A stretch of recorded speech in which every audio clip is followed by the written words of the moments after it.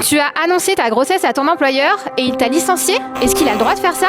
Maître Mylène Marchand, avocate au barreau de Carcassonne, enregistre cette vidéo, elle peut te servir, surtout si tu prévois d'annoncer ta grossesse à ton employeur. Le code du travail est clair là-dessus.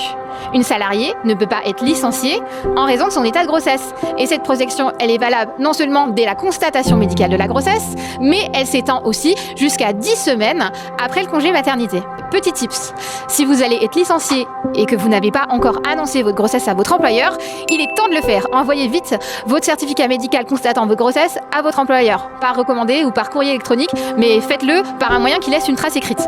Si l'employeur vous licencie quand même, dans ces cas-là, il risque la nullité du licenciement. L'employeur peut-il quand même vous licencier en état de grossesse? C'est possible, mais les conditions sont très strictes.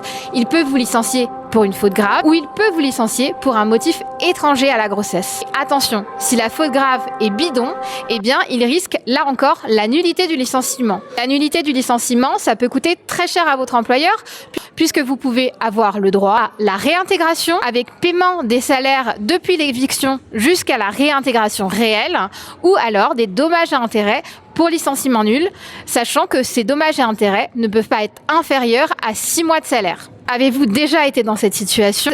Si vous avez des questions, n'hésitez pas à les poser en commentaire et peut-être que j'y répondrai en vidéo. Abonnez-vous pour plus de conseils en droit du travail.